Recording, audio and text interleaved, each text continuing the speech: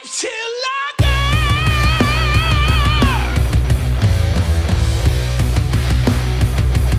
No life till lager.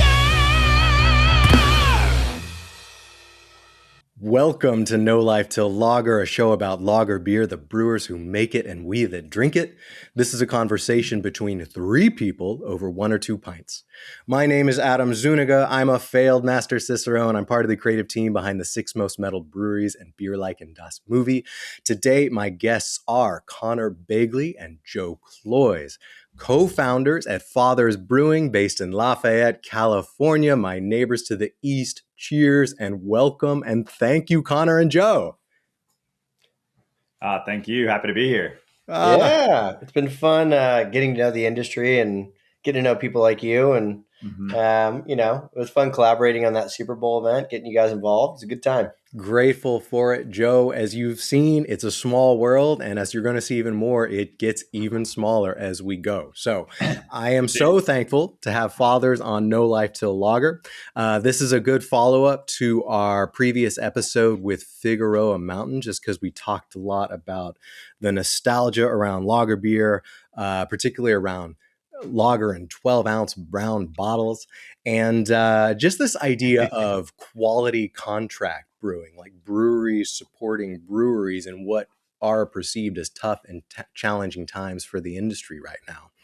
So I want to talk about all that. We are 21 episodes in. We are officially legal with this episode of No Life Till Lager. And we're ready to be a dad. We're ready to be fathers. I think you were brewing really interesting beers. I have the light beer in my hand because it's still before noon Pacific time. Tell me about what I'm drinking. Let's talk through the beers. Then we're going to talk about you, and we're going to talk about the brand you're building, because I really want this episode to read like a playbook for anyone who's setting out in 2026 to build a national lager brand. But before we get there, tell me about the beer in my hand. Tell me about the light lager from Father's. Yeah, the light lager. Our Father's, we internally love to just call it Father's Blue, but both beers, especially the light beer, started out as Conor and I have loved beer our whole lives. Well, since we were 21, we'll say. Yes. But, it kind of came back going through all of our craft beer days, really wanted to make just a great American lager, a good light beer. And I think it was a lot of opportunities in the market. There's a lot of great products out there, but nothing we were finding that really, stoked our palate and our goal for organic products in our life. And so we're like, let's make it. And sometimes I think that's how a lot of companies start. Just do something you want for yourself and see if other people like it. I wish that was always the case. I think that's very sincere. That's very authentic. That's giving most companies the benefit of the doubt. But I see it in what you're building, and I taste it in what's in the glass. Yeah. Yeah, I think the things we wanted to capture on are, we, went through the craze of drinking IPAs and pale ales and all the crazy stuff, the hazies. Mm-hmm. And, it was a lot, right? It was a lot to take in. And so for us, I wanted to be able to dial it back without having to go to a Coors Light. No offense to Coors Light, but just, something that had some complexity to it. Yeah. But wasn't a 7%, 250 calorie IPA. Right. And so that was definitely a big part of it. And then we tried to spend time to really get it right. So we went, well over a year developing these 2 core recipes, because we knew that big beer brands are built off of 1 or 2 SKUs, right? So you got to get those right. And so we didn't stop until we beat every other lager blind with their eyes closed in blind taste tests. And and to answer your question specifically around what you're drinking, so that's Admiral Malt, all organic. And we've got organic Contessa, and organic Helios hops in there are the 2 kind of hop varieties. Really interesting. So 4.2% alcohol. I know you've been working with Admiral Malt, so they're Pilsner malt, they're Midway malt. These are, but of course, Pilsner, lightest base malt, but Midway is more of kind of a Vienna or a Munich style. And we see this in we'll call it Father's Red as well, and then some. Mm-hmm. Helios and Contessa are really interesting choices just because they're U.S. bred, but they're noble-esque, right? They're noble type hops with similar profiles to what you'd find from Germany. And then are either of you drinking Father's Red White right now? I am. Yeah. Because I'm a man. Yes. No, I'm just kidding. I, Joe's weak in the light. That comes next. As you mentioned, it's before noon. I gotta pick up my kids in a couple hours. So Yes. Yeah. every point of ABV counts right now. So. Oh, agreed. Every point counts. So Father's Red, similar base, but includes what? Victor malt from Admiral. And then it's substantially more hoppy, organic Citra and a twist of Nelson Sauvin from New Zealand. And you can smell it the moment you open the bottle. Yeah. Yeah. And I think we wanted to, again, going back to like people that like IPAs, but wanted to kind of dial it back. That was why we integrated those hops. And our brewer actually we call it an American lager. It's actually like a dry hopped Vienna style lager is the way that he kind of categorizes it. We just knew that kind of naming convention would turn off a lot of brewers, right? It's like the same way that like Boston lager, it's not really what it is, right? It's got a lot more complexity to it. So sure. Yeah. I think what's so interesting, what's really compelling about these is it's a different idea and a very classic idea of both light American lager and American lager. Like when I drink these, it's so much fun to speculate about, how would Budweiser maybe have tasted pre-prohibition? Might have been more malty, might have been more hoppy. There's elements of that in this. How did Anchor maybe taste pre-prohibition or even Fritz Maytag, slightly more malty, slightly more hoppy than the rest. These are beers of character. These are beers of distinction. And clearly kind of what you were looking for when you built out the recipe for these. So before we dive deeper into the beer, I just want to get to know about you. Like, let's get to know whose house we're in. Let's get to know Dad. Let's get to know you all as fathers. So tell us just a little bit about who you are as people, as humans, other jobs you've had, life before beer, and ultimately what led you to this moment. Yeah. So we are in Connor's house currently. So that's maybe his kid you're hearing in the background. Yeah, nice. My kids, but both live in a city called Lafayette, which is in the East Bay area of California. Connor and I met through our prior companies, both had separate companies, but worked together. He had a really cool software platform that was one of the biggest in the world and best in the world at tracking the effectiveness of brands in social media and working with influencers. I had a skincare brand. So number one way of marketing there is social media and influencer. And so Connor and I met, probably had a few beers together before we actually realized we lived 5 minutes apart.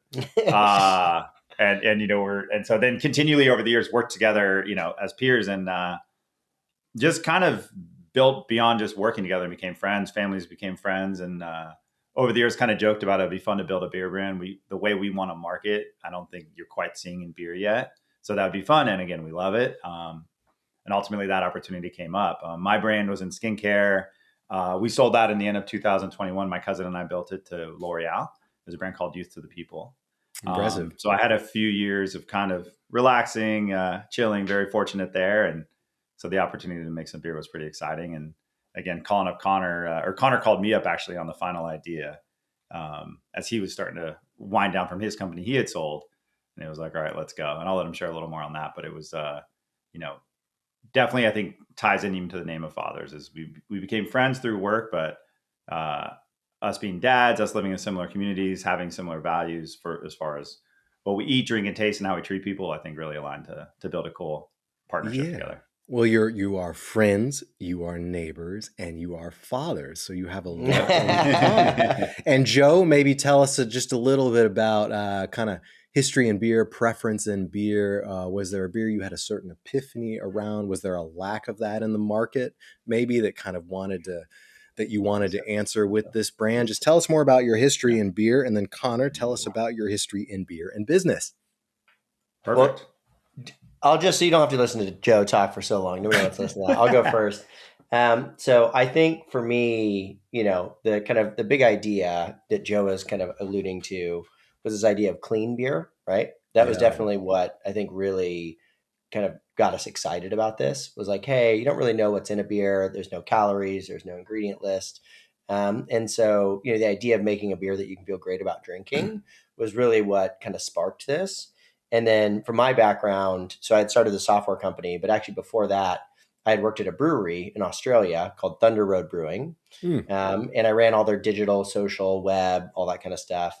And so it's been funny. My life has been very circular. It was like I was in the software business, then went to beer, then went to software, then went to beer. Now I'm launching another software company. It just keeps going in a circle between the two, which is Yeah. fun. Yeah. Well, you're in the right part of the world for that.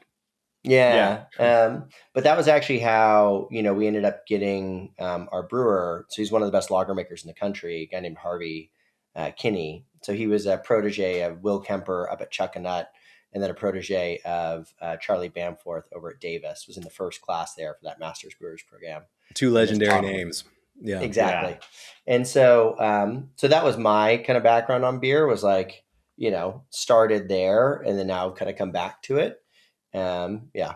Yeah. Well, I mean, if he doesn't know Harvey, I don't know if any of this comes out. I don't know if we're sitting here today. No, honestly, certainly not. So that because it's when we're like, what is in beer? What's happening? Let's make clean beer. We want to make a lager. Well, Harvey's again, one of the best in the world and is very focused on how to make beer cleaner. He was looking at it more from the just calories, carbohydrates, enzymes left over. Cause that really, as much as he's a brewer, he likes a very healthy beer for his gut. Yeah. And so it was an interesting process talking with him and learning a lot from him. So his ideas ended up translating a lot into making ultimately what we came out with as a clean American lager.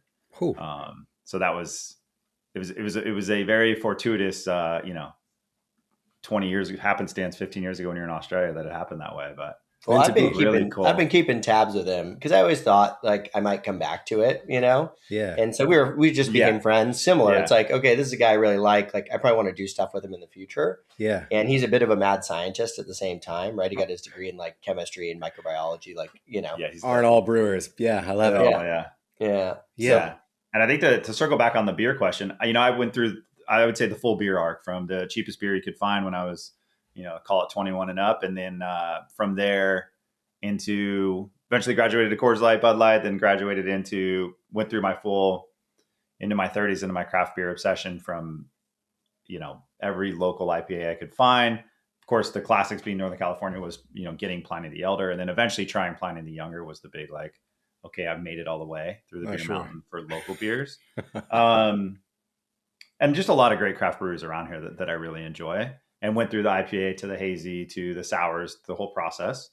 What's interesting is I would say even before Connor and I really put this plan together to make this beer was I was already I couldn't really drink as many IPAs, things like that anymore. I just wanted to have a couple of light beers while I was, playing golf for the day or hanging out with my kids at a barbecue with friends. And so, was going back, trying Coors Lights, trying Bud Lights. Wasn't really loving it. Candidly, again, nothing against it. Just wasn't really loving it personally. Yeah. Just trying a lot of the local craft breweries I like had some good Pilsners, but I'm not a big Pilsner person. I don't like the kind of extra bitterness there. So it was definitely like this hole where I was like, man, what's that premium, great tasting American lager out there? Yeah. That brings a bit, and you really get it in the full. And I love our red, our full, because you get that extra hop, you get that kick of flavor that you need. But none of that kind of like, oh, I'm full afterwards.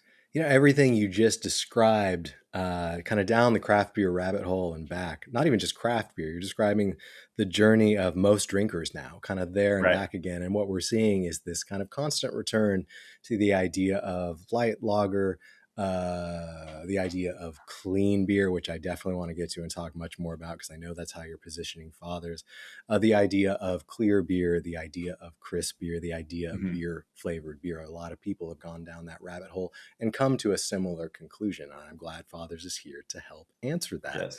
Yes. Before we get to clean beer, all right, we know you a little bit more. We know your dads. We know you're in Connor's house right now. Thank you for sharing your past with us. And let's get up to the present. Because like I said, anyone listening, I think this will be a really interesting conversation just for the business side of building a brand, founding a brewery. Let's get to know how you do that and how you might accomplish that on a national scale. So you already have kind of talked about it, but just first and foremost, why lager? Like, why did you not set out to be like, we are going to make two beers, a West Coast IPA and a hazy IPA with complete transparency on the labels and this idea of clean, kind of better for you beer? Why not an IPA? Why lager in the first place? Yeah, I mean, I think if you were to look at the kind of beer sales nationally, like it's like 80% lagers, right? The vast majority of sales revenue for beer is lagers. Yeah. And so I think being on the West Coast, you're inundated with, IPAs, but actually broadly, that's not what most people drink.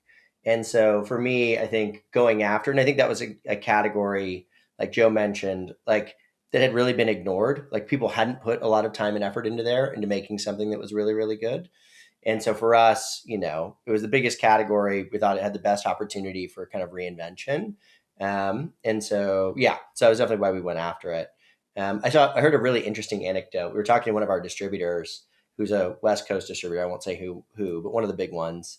And he's like, I think IPAs killed the beer industry. I was like, whoa, that's a statement, But his theory was that, for a generation of drinkers, if you drank beer, it was an IPA, right? And if you didn't like IPA, you didn't like beer. And he's like, when the reality was that like lagers are much more approachable for most people.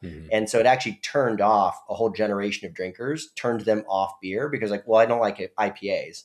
And it's like, so I don't like beer. It's like, well, no, you just don't like IPAs. There's much broader kind of set of options here.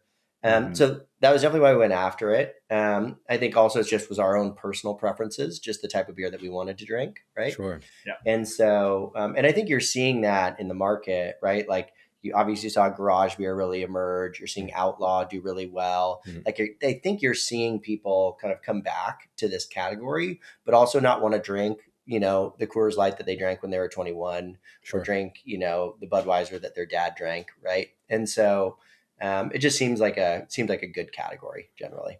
Absolutely. That trend is not only national, but I would say international. I have a conversation similar to this, like almost every day of my life, because I've worked in beer for about a decade now. And maybe I don't say it as eloquently or gracefully, but, IPA kind of made the beer industry stupid, or at least the craft beer industry, if for no other reason than it just became synonymous with a single beer or a single style of beer. And to your point, if you don't like IPA, then maybe you don't like beer. Which discredits the majority of beers that are actually made. And it's good to have that perspective and kind of get outside of the bubble of what's immediately in front of you, which can easily be an IPA, a West Coast IPA, a hazy IPA, a double IPA, especially, if you live on one of the coasts. But there's a whole world outside of that. And I'm glad you landed on lager to do it. And when it comes to actually brewing, to your brewer and to your roots in New Zealand there, this came up on the last episode with Fig Mountain. They hadn't announced yet, that they were merging with like Drake's, and that includes like the Bear Republic brand. But they talked about how that was really helping sustain their operations. And, they're a lager-centric, lager-focused brewery, but no means exclusive to lagers. But this idea of brands supporting each other, into the future is really appealing. And I don't know, that model has been around probably since modern brewing began. I don't know if you want to call it contract brewing or what, but it sounds like you have collaborated with Del Chilo at one point, Five Sons. These are both in Martinez, maybe ultimately going to Gordon Biersch, and you have your own brewer and your own equipment kind of leading the charge there. But how did you land on this model, first of all, as opposed to making a huge capital investment in your own brewery? And is it working? Is it succeeding? Is it a work in progress? Tell us about that. Well, we went through as much as we were doing the research to figure out how we wanted to do this. We went through we researched everything. We looked at breweries that were for sale. We looked at ones that had space. We looked at contract brewing. We went through every, kind of step and process to figure out what was going to be best for us. Yeah. At the core, we had hoped that we could contract brew everything. That's how we're labeling it, if you will, because of the upfront capital cost to build a brewery. And again, the goal that we had, this dream of building the next great American lager brand that would be national. Yeah. And knowing that there would be constraints no matter what we built if we do that, because you just can't scale that up fast enough. Right. And fortunately, some of the local craft breweries you mentioned, Five Sons, Del Cielo, especially Five Sons, they had a little bit of availability and they had the willingness to work with us, as long as, with Harvey around, going in and really working with their brewer, Mike, hand in hand. And so that's been an awesome relationship to help us kind of build it and figure out, is what we're doing making sense? Do people like it? All that.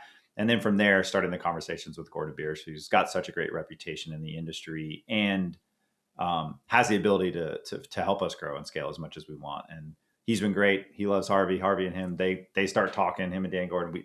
I don't know what they're saying at that point, but it's awesome, and the beer tastes fantastic. And so it allows us to grow as we get more, as we build our community out and kind of have unlimited scaling ability with that, which I think is, to your point earlier, is why you're seeing some of these mergers happen, because those fermenters can't sit empty on the beer side. And if they do, it's a problem. So if we can keep filling them up, there's still a ton of great brands. And I think almost every other industry uses contract brewing.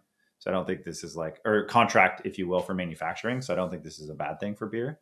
I think it can actually be a good thing. And because you still have your own recipes, your own formulas, your own, tips and tricks that you do to make great beer.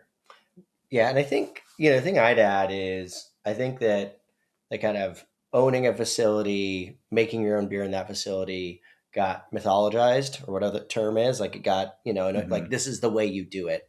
And the reality is that the actual quality of the beer coming out of those facilities is actually quite a bit lower than what you'll get at some of these larger facilities that are more sophisticated. And if you were to look at the heritage of let's say Boston Lager and, Sam Adams, right, which is now a multi-billion-dollar company, that was how they were built, right? And so when you're growing really fast, the idea of saying let's plunk $2 million into a facility that's going to be outdated in 6 to 12 months, and they have to add another facility, it's just not actually how you build one of these really big brands.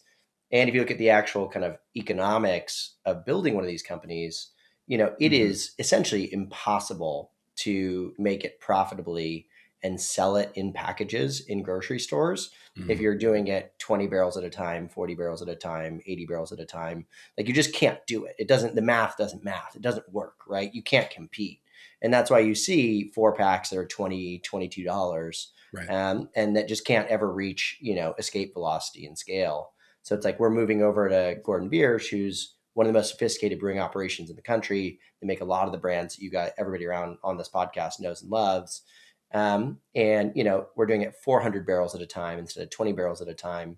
And the amount of labor required to make that, is less, right? Even though you're 20xing the volume.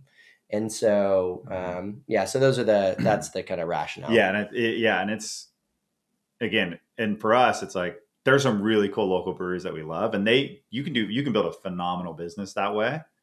But again, you've got your great brew pub, you've got maybe your food service too, but you're really serving a local community, which I think I love. I mean, we love, there's a couple great breweries here in Lafayette area that we go to with the family, and it's awesome. And so I think that's a really cool need too. And we both knew that that's not the side we wanted to be on. We did not want to own a brew pub. We did not want to have, serving that direct beer to people. Yeah. There's basically two business models. You make a lot of money that way too. And it's great business, but it's just not what we wanted to get into. So that's frankly, everyone on this show to date, every episode so far has said kind of the same, summarize the state of the beer industry, of the craft beer industry. Like you said, the math doesn't lie. The reality and the challenge that they're up against. The ones who are finding success are basically reinvesting and doubling down in their tap room as a destination. Correct. Yeah. Regionality, locality, and that's kind of the way that craft beer is emerging, and maybe what it was historically. Beer was always meant to be kind of like this fresh and local thing, Yeah. And then the other side of that is, of course, going to a name like Gordon Biersch, highly respected name, highly respected beer that can allow you to scale without that investment tying you down. Are you all at all interested in creating a tap room environment where people might be able to come kind of visit and meet fathers and, talk to you and try the beer on site, even if it's not being brewed there? Or does economically that not even make sense at the moment? We've thought about it, right? I think we get pushed on it a lot. I think the reality is that running something like that is running a restaurant. Running a restaurant is really hard, right? Yes. Yeah. And it takes your time and effort and focus. And it's we launched packaged products in September, and we're already in 250 or 300 locations in just a few months. Yeah. And so that's, 250, 300 customer bases that we're reaching instantaneously, and we're adding them, very quickly. And so versus if you have a tap room, 90% of the time it's, the people within a 15-minute drive of that tap room. Sure, you get people that come in and do pilgrimages and get to know the brand and whatever. Yeah. But I would say Joe and I have this very much as a shared value. There's a finite amount of time you have in any given week, right? Sure. And so being hyper focused is something that I've observed across all the best entrepreneurs. You can only do so many things, right? And as soon as we open a tap room, we're running a restaurant. And running a restaurant, now I'm okay, how do I get people to go to my tap room instead of how do I get people to go to Primo's and Danville and make sure they're buying our beer there, right? I'd much rather spend my time thinking about that than thinking about, how do I get people to my spot. Yep.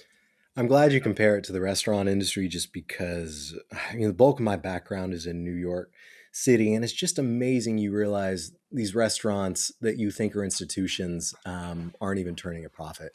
Right. Exactly. How easy It's it a, is for them to go away and never come back. And it's yeah. shocking. These are names everyone knows and loves and recognizes.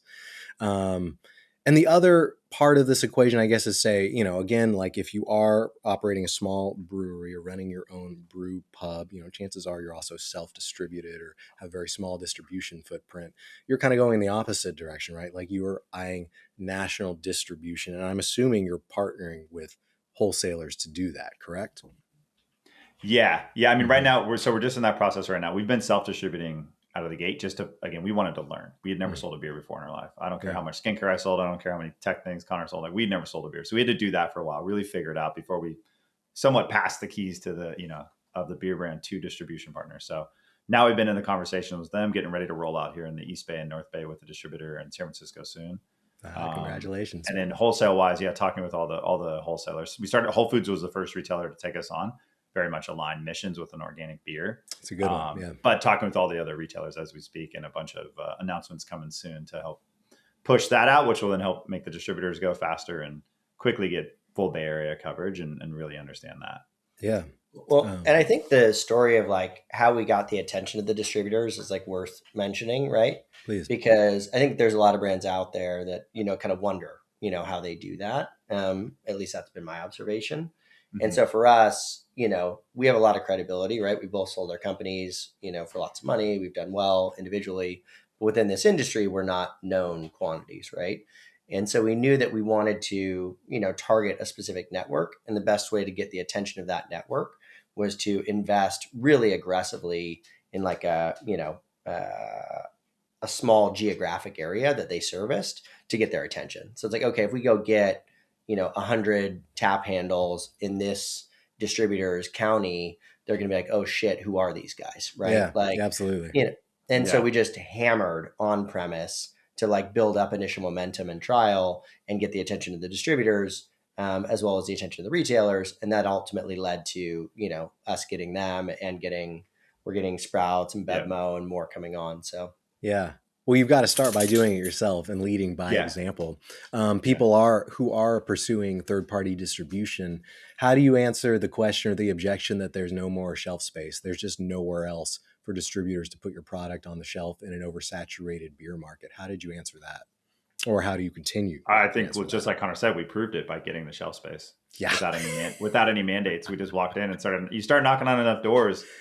There's always handles available. There's always shelf space available if you just keep knocking. Oh, I love the optimism. I love it. Yeah. Sometimes you just got to be willing to. Well, I think you have to have a product that people like. Got to have point of. I would say that too. The distributors beyond everything else, like, wow, you guys really got our attention. They love we do have a point of differentiation. Yeah. No one's really pursued this clean beer category. Not too many craft brewers are walking in and saying we have American lager. They're coming in with. So we had 2 points of differentiation, both with an American lager, and they liked it. Also, big caveat there. They liked the beer. Sure. And then a clean differentiation, which they're seeing.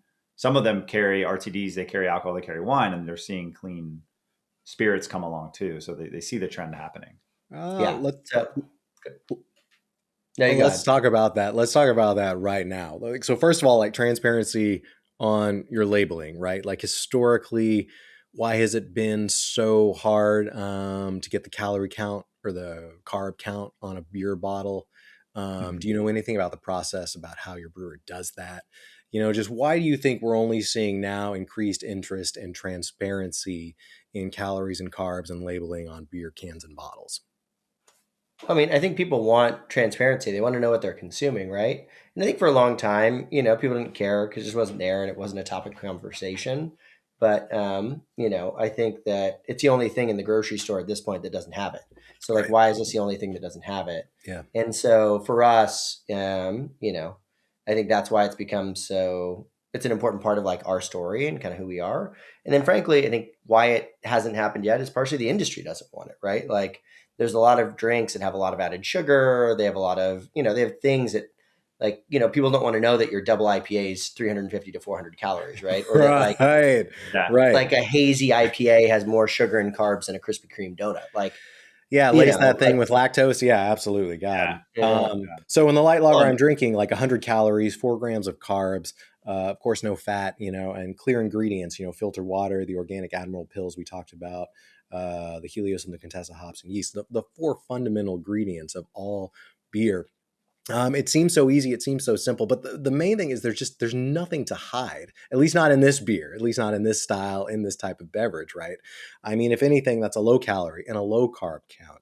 It's not going to hurt you. It's nothing to be afraid of. And it's certainly nothing worth concealing. right. I think the interesting thing too is that we learned is, once you label it a light beer, you do have to list calories because there's a limit on that. Mm. And so that's the one. So if you do look at beer, any light beer, if they say the word light, they will list it. A few other Good beers stuff. do. So you're also, most of the beers craft. Otherwise, most beer, they don't list it because it's not a rule. You don't have to. Yeah. So why would you? Now you're setting specs. Now you're setting parameters, right? And especially in craft, it's a little harder to hit those specs every time. So, it just makes it easier, candidly, from like a packaging perspective too, as a small business. Mm-hmm. But for us, again, it was about transparency. It was about what can we do, and it's consistency in brewing process allows us to hit these numbers. But more importantly, it's just about transparency, and that's something I learned. Connor witnessed it. So my brand in skincare was quote unquote part of the clean beauty movement. Mm-hmm. And our idea there was the same thing: clean, transparent, better ingredients, better for you, better for the planet. And similar there, where there were really no rules or laws. So most of the beauty packaging, even to this day, it's a lot better now. You don't have to list everything. Now you do, and the rules have changed because of this movement. But you saw a lot of success for both the businesses, brands, and the consumers ultimately adopted it and were into it. And now everyone does it. And collectively, the beauty space is much more transparent than it used to be. Very good. That's the best way to say it. And so I don't know if beer and alcohol will get that way, but we know that that's the way we want to do it. You see a lot of the German beers getting more success lately because of the German purity laws, which we're also very aligned with how we do it. So nice. A lot of good things happening. So what is clean beer? Like, let's talk about this. What is clean beer? What is clean alcohol? You kind of describe it as dual filtration, ultra fine filtration, reducing heavy metals, chemicals, microplastics, and then of course an emphasis on glass packaging. And presumably that's because aluminum is lined with a thin layer of food grade plastic when you're drinking from a can or out of a can, which is obviously why you went to bottles. But you tell me, this idea of clean beer, clean alcohol, what does it mean to you? How do you market? How do you go to market with it? What is your elevator pitch for it? What is clean beer? Yeah, well, we really want to start from the ground up and say, well, what are the actual problems? And so we spent about $25,000 and ran all these different beers through labs. So we just went to the top of the Nielsen list and said, let's look at all these beers and see what's in them, right? Yeah. And it turns out that, some of them have lead, some of them have arsenic, some of them they all have Roundup. And then one of the more recent phenomenons is people get weird about plastic water bottles, but one of the pale ales we tested had 40 times the plastic of a plastic water bottle, right? Had about 600 grains of sand worth of plastic per liter of liquid. Wow. So just a shocking amount of plastic. And that was not unique to them, right? And as we tested it, what was really interesting was if you looked at where that was versus, let's say, a mainstream lager brand, the mainstream lager brand would have 90% less plastic, right? And it's like, well, why? And it turns out that the hops are actually, super absorbers of plastic out of the soil and air is what the guess is at this point. But they are carriers of just an assload of plastic, right? And so we said, okay, well, what are the problems? And then we're like, okay, and now let's go fix them, right? And so the way that we fix them were a few fold, right? So first is organic. So in your organic ingredients, that gets rid of the lead, the arsenic, and the Roundup, right? So that gets rid of those. The second one is the glass bottles. So you talked about it. There's BPF, BPA, right? So BPF is people didn't like BPF, so they came up with BPA. Or BPA, so they came up with BPF. Neither one of them are good. And those are inside the actual liners of those cans. So those are not good. So the glass bottles are inert so that it doesn't impart anything. If we want to get really insane, even the caps have some minor problems. We looked at doing Grolsch style tops at first, but we're like, I don't know, this is a little too much for a little bit of exposure. But that was another thing we looked at. And then the third thing was the plastics, right? So, okay, we want to use hops, but the hops are imparting just these, our beer had double the amount of plastic as the worst beer we tested the first time that we ran it through, right? Nice. And so because we dry hop our red and whatever. And so like, well, how do we get that out? And so Harvey devised this filtration method where we're filtering down to the wavelength of yellow light. It's like 4 microns. It's like really, really, really small. And that gets out, 99% of the plastic. So we'll be, 90% less than the worst, than, a typical lager, right? Yeah. And so, and 99% less than an IPA or a pale ale. And so, that was the way that we got, we got it to be clean. Yeah. So okay. First of all, I mean, it's what you said is kind of shocking. Like, without obviously naming any names here, you're saying you lab tested a variety of beers, a variety of brands across the board, and hops maybe were kind of the biggest culprit, but you found surprising amounts of plastic, of lead in those beers that the average consumer would never know or suspect, right? And second of all, I guess part of what you're saying as well is like you have to have a high quality, high performing lab and be able to make that investment or have access to it to manage those things to begin with. And I've definitely spoken to breweries on this show that are making this investment. Anyone who ultimately cares about their beer, cares about their lab, right? But I think that's shocking information for most people, for most craft beer fans, for most beer drinkers to hear in the first place. That what they were drinking, what they might love, what they might enjoy, can contain microplastics, can contain lead. So how do you continue to monitor that? How do you answer that? I mean, first of all, organic ingredients. I remember when I was coming up in beer in New York, like Peak Organic was a growing brand and a successful brand, but they found it difficult to grow or scale any further just because the amount of organic ingredients available for malt, for hops, is limited. Have you found that to be the case as well, which maybe drove your decision of malt, drove your decisions in hops, or has that market also continued to evolve and grow? Well, from what we're seeing, again, we're only in it now a couple of years, but we're seeing continued availability. It doesn't, I mean, it would be hard for, Coors Light to switch to organic, right? Like there's not enough there, but for us, from what we've can tell from the different suppliers we've talked with, there's plenty of supply and continually more. And, they're willing and able as we grow to sign some contracts for hops and malt to ensure we have that consistent supply flow. We are looking at redundancies, especially on the malt side, because it takes a lot of malt to make beer. So other high quality or organic malts potentially that are out there. So talking to them now to make sure we do have those backups, but no, it's definitely available. I think they're at some point down the road, we may hit a supply chain thing, but hopefully as we keep growing, other brands are starting to do it. Organic as a general way of life is continually growing. You're going to see those, those more fields, if you will, transition over malt fields. And I think for all the consumers out there that are drinking those beers that have that, I think the best way to think about it is you go to the grocery store, if you had an organic tomato and a non-organic tomato tested, that non-organic tomato is probably going to have some of these same things in it. And that's just how the whole grocery store is, right? So that's kind of the point of organic. Sure. It's there. It's something that's a part of it, but it's not like beer specifically is trying to do a bad thing. It's the general whole food, it's the food supply chain, if you will. Yeah, and we tested other brands, other RTDs, and it was similar problems. Oh yeah, the plastic in particular was very much a beer specific problem, more so, because of the hops. Because of the hops, yeah. Which is just weird. It's just nobody knows that these hops are even our organic hops have it. It's right? Whoa, yeah, we're whoa, yeah. But and the more the beers, right? We're filtering, but other brands do filter, so that's going to help. So there's some paths for sure, and again, we hope to not just make a great brand, but educate a bit and learn more together. And the microplastics, they're in everything. No, of course. I mean, that's the weird thing. It's not even just food. They're in there. We went through a point of testing where I was like, I don't know what to eat anymore. I mean, it's, I don't know what to do. This honestly, it made me a little bit less afraid of plastic water bottles. Cause I'm like, these beers have 20, 40 times as much. So I'm like, it seems fine. I think, one thing I'll comment on the kind of commercial availability of organic crops. At one point we were switching hops, and somebody's like, oh, sorry, we're sold out. There was a particular hop that got basically node by Europe, right? Europe's like, oh, no, you can't use that. That's not actually approved. And so there was a surge to this other one that we were using. It was the Nelson Solver. Yeah, I think it was the Nelson. And anyways, so I think what's driving it is a lot of Europe is pushing towards more organic alcohol as well. Right. And so they're really driving kind of the conversion of fields from conventional to organic. And so for us, there should be a lot of availability. There just isn't at this point a lot of brands in America that are moving that direction. Excellent.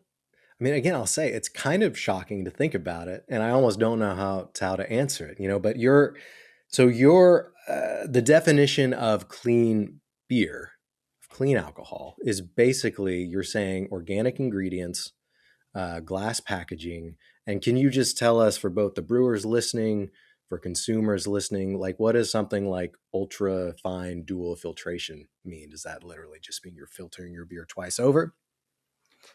It means we actually have a 3-step filtering process. So a lot of beers are filtered once through like a sheet filter, which we do. And then we've essentially, as Connor mentioned, we've built out a second 2 stages of filtering that helps just reduce continually. It gets smaller and smaller and smaller, because in the initial stage, a sheet filter press, which is most breweries do use, is going to get all the heavy, thick stuff, the extra yeast or enzymes left.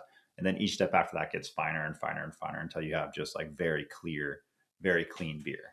Yeah. Which, funny enough, being in the lager category has actually even been perfect for us with that, because of that method. The first thing people say, it tastes really clean, tastes really crisp, right? Because we are literally cleaning it up. And I think us using higher quality ingredients and hops even allowed for that filtering, because you lose a little bit of flavor with filtering, to help like stand up. So we actually over indexed on the amount of ingredients and, like, if you will, taste in there, like IBUs, to help offset that lossage. One of the most fascinating parts, though, like during this process, because we had to test different filtering types. Oh yeah, we one of them, it was like, oh well, it like stripped out all the foam. It's like, well, that's a problem, right? No foam. Yeah, so you had to try different methods, and then, but one of the methods that really popped up that was interesting was like, oh, this is like a paper plastic filter. Like, what does that mean? And we used it, and then we saw and we tested it at each stage, like pre-filtration, after the first filter, after the second filter, after the third filter, to see like which one was working and which one wasn't. And we saw a huge surge after this plastic filter. And it's like, oh, that's like one of the most commonly used, if not the most commonly used filtration mechanism for most beverages you drink, is like this like paper plastic filter that turns out to actually shed a shitload of plastic into your drink while it's filtering out the other stuff. Yeah. And so it's like, and apparently I don't know if it's the EPA or the FDA, but they're up the ass of a lot of these beverage companies right now, because they're using these filters that are shedding all this plastic into their drinks. And it's an unknown thing, right? No one's doing it. It's an unknown. People just no one knew about it. It's just, it's no different than like we used to microwave things in a plastic tub, right? Like we didn't know. Yeah. We know, so they're there for taste and purity and actually like safety of drink, but then they impart these microplastics that you can't taste and no one would know, and you can't see them. Yeah. But yeah, it's it's in the air, it's in our bodies. So it's just, again, it's really interesting, because like the amount of people I interact with that say like they don't like IPAs, for example, like the first thing that comes to mind is like, well, they're just saying they don't like an aggressively or like exceptionally bitter beer. But it gets more complicated than that. I often hear feedback like, I think I'm allergic to hops, or just in the general sense of like, why do I feel so sick after drinking this like double, triple, dry hopped, hazy, 8% plus IPA? And there's a variety of answers to that question, but it's a recurring theme, and there's multiple answers to it. So one, yes, it's high alcohol, but it's disguised to taste like fruit juice. But I think also you just don't know the full extent of what's living in that can. And there are a lot of high quality IPA producers out there that I'm sure you're going to get some flack and feedback from. I probably will too for this episode. This isn't exactly like an anti-IPA show, but again, we're just trying to kind of address this change and this shift in the market. So the idea of clean alcohol is really compelling, and that's what's led so many of us back again to clean, to clear, to crisp lager beer. But I really appreciate you making the investment to actually lab test and verify what can be in your beer, what might be living in that 16-ounce silver can that you might not know about. And it's kind of shocking. It's kind of shocking. Yeah, I mean, honestly, it was shocking to us, right? Like part of the reason we did it was to validate to us, like, is this idea worth pursuing? Is this idea real? Like, will this actually have a big impact on people? Yeah. And so, that was part of the reason that we did it. And I think after that, Joe, having come from the kind of clean industry, he's like, dude, we got to be buttoned up. Like, this can't be voodoo. This can't be hand wavy. Like, we've got to like do all the testing. And it's like, they cost a lot of money, right? Running a microplastics lab on one beer is like $800, right? Sure. And so you have to test that. And we're not just testing it once, we're testing it multiple times, make sure it's real. We test all these other brands. And that's one test, right? Each test you run, okay, heavy metals, that's another $400. Okay, you want to run PFAs, that's another $300. We didn't even get into the PFA stuff. Like, what there's a chemical called PFOA. Yeah, tell us what it is for anyone listening. Yeah, so PFAS are like the forever chemicals, right? Mm-hmm. And so there's one called PFOA. That's the stuff you find in Teflon that everybody freaks out about, right? Yeah. So there's a brand. It's one of the best, most drunk brands in America, right? And this is not unique to them, but they were the worst, the ones we tested. So the old limit used to be 6 parts per million of PFOA. That's how much you're supposed to have in drinking water. And then in 2016, they're like, hey, this shit's so bad, we're going to lower the limit by 1,000x, okay, to 6 parts per billion. Well, this company was at 20 parts per million. So at 3,000 times the amount of PFOA that we definitively know causes cancer. Like, there's no question about it, right? Like, it's very much 3,000 times the amount you're supposed to have, right? And so, yeah, I think, and again, to Joe's point, I think one thing we do want to make sure is not to vilify the beer industry. Like, this is this is a problem across food, right? Like, this whole kind of clean food movement, or clean alcohol movement is something I expect to have happen across categories. Mm-hmm. Obviously, we spent the most time studying the beer industry just because we wanted to make sure that like we were fixing every problem we could find, right? But yeah, it's crazy, dude. Yeah. It's crazy. Like, I think that. Yeah. I appreciate you evaluating beer as food because it often gets lost that, beer is food. Beer is an agricultural product, not just macro industrial product. So giving it the same evaluation that the food industry has in recent years, I think is just well done, well deserved. I mean, you're definitely making a believer and a fan out of me. I mean, I already was that to begin with.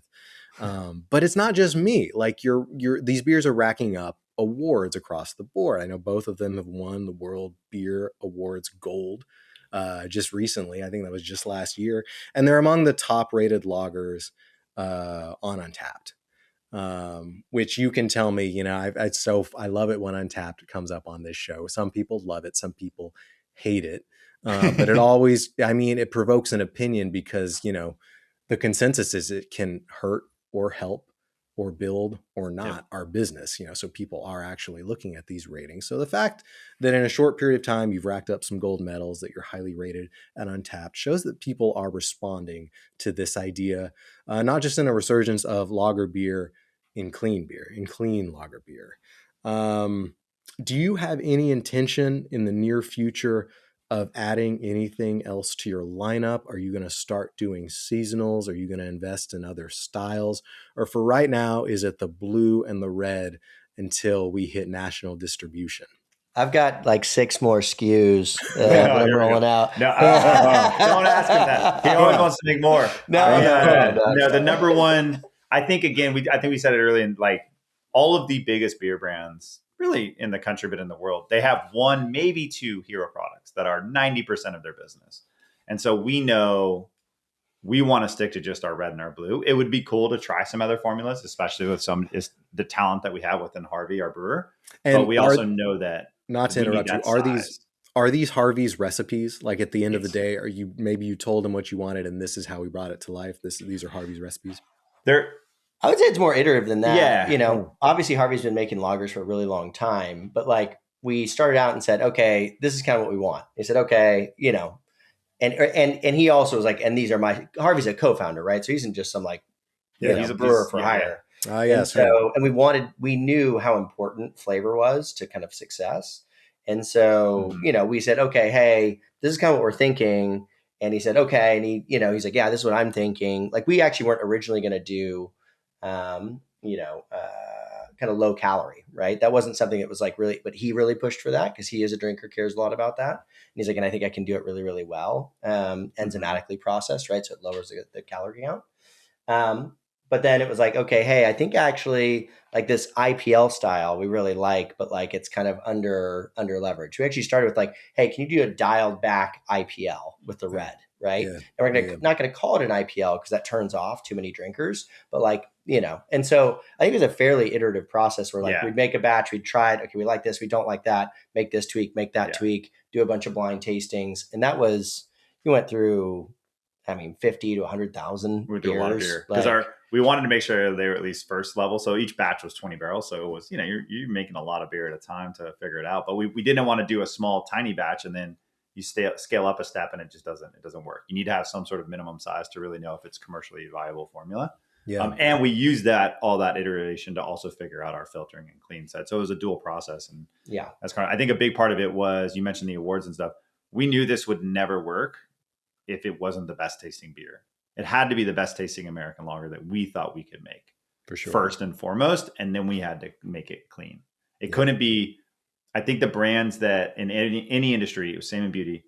If it doesn't work or it doesn't taste good, people aren't going to adapt to it. They don't, like personal belief, our choices are always going to be based on taste or like, perception of it working. And so we had to do that, first and foremost. And now, hopefully we can continue to get a few more awards and win and submit. Cause again, we're spending money on the juice for sure. I think our ingredient costs are much higher than anything you'd see in a lager for sure. But that's very intentional because we want to be the best tasting out there. Yeah. And don't let me interrupt what you were about to say before, just in terms of adding additional SKUs, developing more recipes and more beers in the clean beer category. Like, can you see that in the near future? Is there anything in the pot, in the kettle, so to speak? Or for right now, is it red and blue kind of marching from west to east? Yeah, I was just joking. It's definitely red and blue. And I think that, I always think about it as you go into a restaurant, how many tap handles are there, right? 4, 8. Obviously you have the big craft ones, there's 20, but like there's a limited number. And like the idea that you're going to get in 2, 3, 4, 5 SKUs in there is just unlikely. Right. Yeah. And so I think in general, and Joe saw this in his business where like, he had one SKU that was the vast majority of the revenue for the company. And so for us, putting all of our effort and time and dollars behind, both making these the best beers around and also then getting them into the hands of as many people as possible is ultimately how you win, right? And how you drive, frankly, like how you make it profitable, right? Like you just can't, running 10 different styles in small batches and trying to sell it, for $12.99 a 6-pack is just not possible, right? You just can't do it. And so, I'm going to ask one more question before we move on to kind of our lightning round and like our rapid fire questions I love to ask everyone at the end of every episode. But this has been a little bit of controversial content to date and so much fun. So I really appreciate you again joining No Life Till Lager.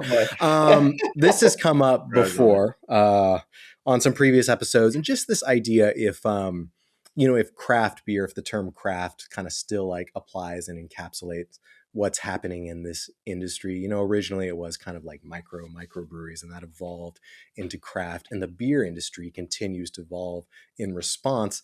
So I guess just from your point of view, founding a new brand in recent years with national ambitions based on 2 core lager beers, would you call this craft beer? Do you ultimately consider Father's a craft brewery, or do you consider this the new standard for beer, for beer flavored beer across the board? I wouldn't necessarily, it's funny. I think in some ways people think about it as craft. I wouldn't label us as craft, but because I think if you're craft, you should probably be making the beer yourself and selling it in like your own brewery and along with distributing out to other places.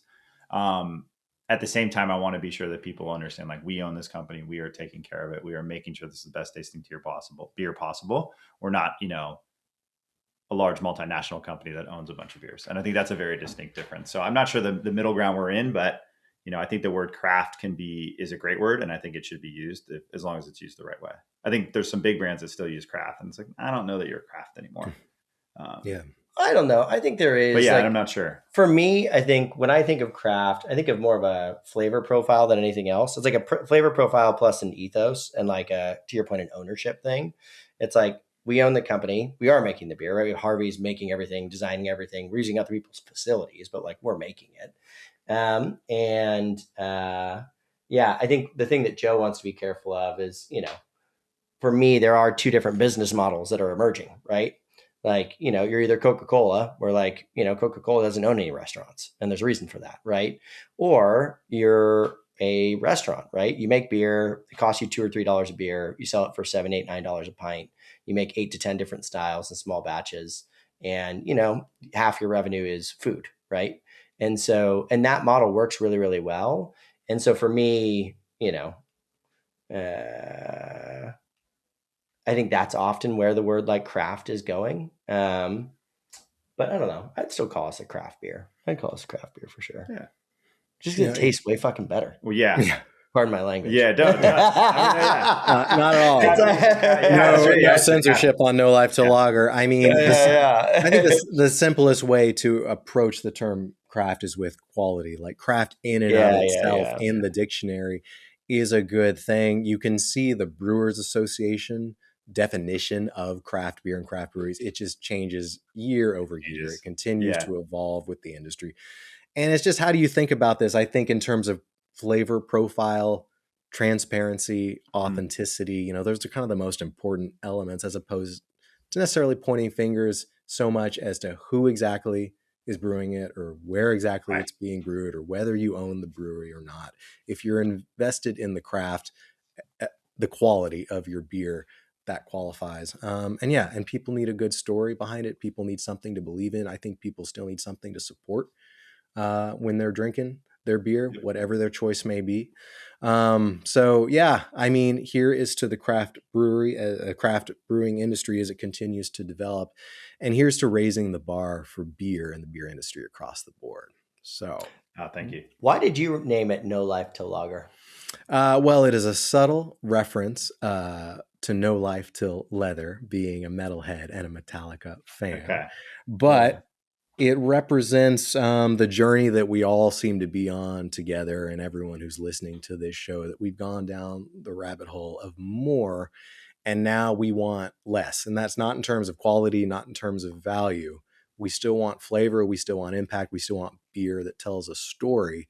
But maybe it doesn't need to be necessarily high alcohol. Maybe it doesn't need to be over the top with flavor. Maybe it should taste like what it was intended to be historically up until present day, so cool. Here is to lager beer, and I see a lot of hope and a lot of faith and sustainability in the industry ahead that's more lager centric, and it's frankly what's keeping me in the game. So it's selfish as well. It's for personal reasons, but No Life Till Lager, and all my metalhead friends still help me produce this, so shout out to our producer Jeremy Batchelor as he works through post. So on that note, a few things I like to ask everyone before we wrap up. Non-alcoholic beer, the rise, the dialogue, the volume around it, the growth in the category in recent years. Typically, I ask just kind of what you think about that as a brewery that's producing alcoholic beer. But I think for you, I'd also just really like to know if you consider your light lager 4.2% alcohol. Is that part of like an answer to this question, that people are drinking less year round, and they can do that with both your beers, frankly, being 5% and under? Just how do you feel about the rise in non-alcoholic beer? Can you see yourself ever producing or investing in it? And where does Father's kind of fall into that equation as a low alcohol lager and light lager? Yeah, I mean, for me, I was very much not a believer in the non-alcoholic movement for a while. And then I was like, all right, let's do it.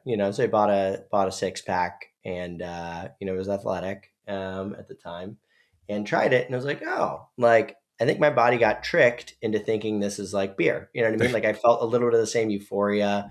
I felt a little bit of the same, I just had a similar experience. Yeah. Now, I didn't end up being kind of a long time consumer of it, but I think if you were to look at the people who do drink it, it's often people who drink beer, right? Like they drink beer on the weekends, and they might have a non-athletic or a non-alcoholic beer during the week, right? Yeah. I think that in terms of us brewing it or not brewing it, we want to stay really focused on the category that we're in. But never say never. It's definitely the number one thing we get asked for. Number one would be a non-alc, and number two would be, like an IPA, are the two things that we get asked for in terms of SKU expansion. So never say never in terms of us getting there. Yeah. We already have a white label that looks really sick. That could be a good third one. But yeah, I think but I think I've become a believer in it as a, broader movement. Because again, you do get a lot of the flavor. You do get, for whatever reason, I swear, it just like your body gets tricked a little bit. Like, oh, it's like, dude, I was at the Expo West, and we went to the Guinness booth, and they poured me a non-alc Guinness and a regular Guinness side by side, and we both tried to guess it, and I actually got it wrong. I couldn't tell the difference, right? Oh, So it's listen to like, that. Yeah. it was wild. So I think, so I'm a believer in the movement now, but initially wasn't. Yeah. And I think, again, for us, we're already trying to tell a pretty complex story about like what is clean beer. We're trying to be a great American lager. We're trying to be clean beer. So also adding in the non-alc story, I think I think we have to get big enough where people are like, I only drink Fathers, and sometimes I want a Fathers non-alc. So I think I'd like to get to that, kind of size of a business first before we did it, versus if we do it now, I think the consumer, the distributor, the retailer is like, well, are you non-alc? Are you clean? What are you? Are you both? Like, and so I think that differentiation is important when again, we're trying to somewhat carve a new path within beer. We'll just wait till we start selling as much beer as Guinness, and then Yeah. that'll be the perfect time. No, I love the ambition. I get a lot of praise for Guinness 0.0 and those dark malts. I mean, again, I think malt in general, is the backbone and the soul of beer. Like, can really help with more of like a lingering finish and aftertaste in non-alc beer, in the case with Guinness 0.0. So it is hard to tell the difference. And also, again, like the flavor of malt, it's just nice to be reminded of it. That's what I definitely taste in your light lager here. So good. Here is to increased growth and progress in the non-alc category. But I love, again, that people can drink like a 4.2% light lager and feel good about it and not feel bad about themselves, or to the point of like they necessarily have to go to non-alc because they don't trust themselves around what they might be drinking otherwise.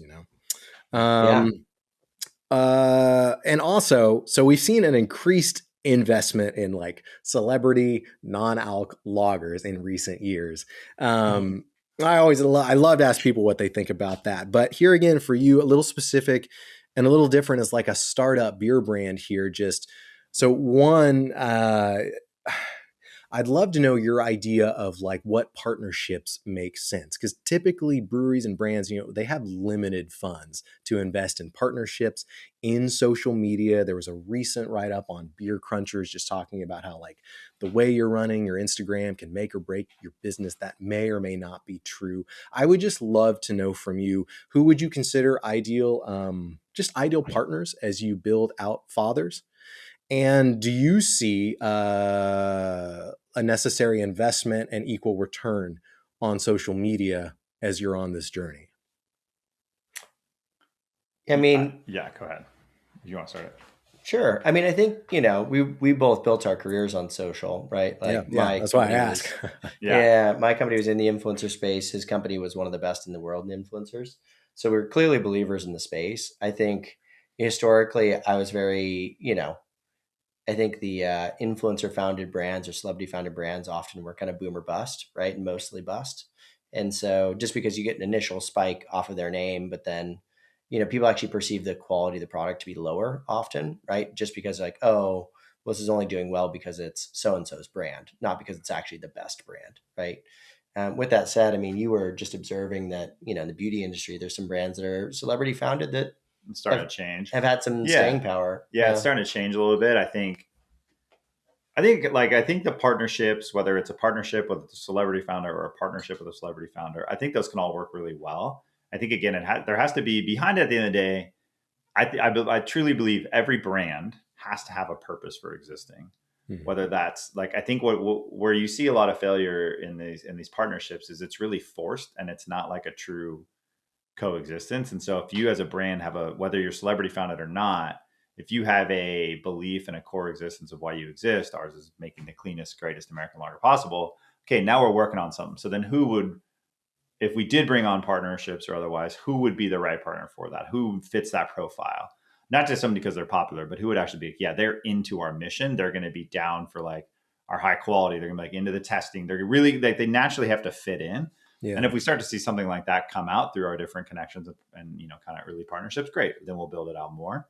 And so I think you see that in most industries, right? Like I think Garage Beer is doing a really good job in the beer industry with the Kelsey brothers because like they drink. They've been very clearly been beer fans their whole lives. They are from, Ohio. They drink beer and they're like, everything is aligned very well. It's like, I get the mission, and I believe that they actually would sit there and drink that. Yeah. Right. Versus, I've seen him. We've been we've hung out with him a lot, and he's slamming garage beers, right? So I love it. And he really does live and breathe it. And whereas like, and I think that happens a lot, right? You saw the the Clooney's, what was Clooney's tequila brand? Casamigos. And it was just like easy drinking tequila. They just launched it on today. Yes, Interesting. indeed. So like easy Part of why I drinking asked. tequila, right? But like they were the first. They were these cool guys. They were doing, the whole vibe made sense. Like, and you hadn't really thought about tequila that way of like drinking it on the rocks, and now you are. Now it's different again. Tequila's moving, but 10 other brands launched with celebrities around it, but you didn't feel the same like vibe because you didn't feel like it connected to like, are those guys really doing it, or they just want to put their name on a brand and get some money? And so again, I think it comes back to they can be very effective. I think social media is incredibly important. I think at the end of the day, the winning brands, and regardless, have people walking in the door asking for it versus relying on people coming in and discovering. That's the like current consumer model. Doesn't matter how many retailers you have, if people aren't walking in like looking for it because they saw it on social. I don't know that you can make it these days as a new brand. I see. So how does social media translate to in real life? That's how it translates. Yeah. At the end of the day, it's hard in beer because you're generally not all national. So if you're local, how do you get a local, really strong following of people walking in and be like, I heard this is in this Whole Foods now. I need fathers. Yeah. And that's our goal. Yeah. Adam, we gotta run. We're late for a important organic what's our closing? Let's move toward wrapping this up.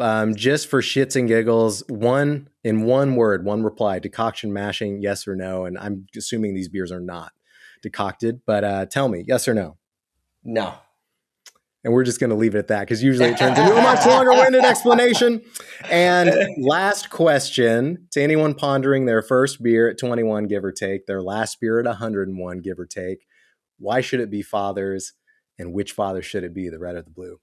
Ooh. I mean, I think it's personal preference, right? You find people either like one or the other often. Like I'm a big red guy, Joe's a big blue guy, Harvey's a blue guy. So I think you typically just find one you really like and stick with it. In terms of why you should, to your point on Untapped, right? Like I think the blue is now the highest rated lager, at least in California, if not the country, on Untapped. It's up there, and the red's real close behind. And so it just tastes really good. It's great, and it'll feel good about it. So I'll give you a take on it. If it's your first beer at 21, go with the light, and if you make it to 101, heck yeah, and go with the full lager. Get a little with the diesel. But your first beer, you got to start light with that first beer. I think that's true. We want, as we mentioned earlier, we want the beer to survive, and so you got to start light and not a lot to it, and then develop that profile, and then you go red. Well said. Well, to you, Conor, to you, Joe, to you, Fathers, I will say thank you for being to the point. And thank you for your transparency. And thank you for joining No Life Till Lager. So if you like what you're hearing, I guess you just heard here the value of social media. So yes, like, follow, subscribe, No Life Till Lager. Help us hit the road and make a better kind of beer show. And go out and support your local fathers. Support your fathers. Support your dad. Get your dad a new beer. Or if you're a dad becoming, or if you're your new dad like I am, everyone needs a beer. I can't imagine being a father without it. So as we get to where we're going, I will say good night and good lager to you, Joe and Conor, to you, Fathers. Thank you very much. Cheers. Thanks, Adam. Cheers. Thanks, Adam. No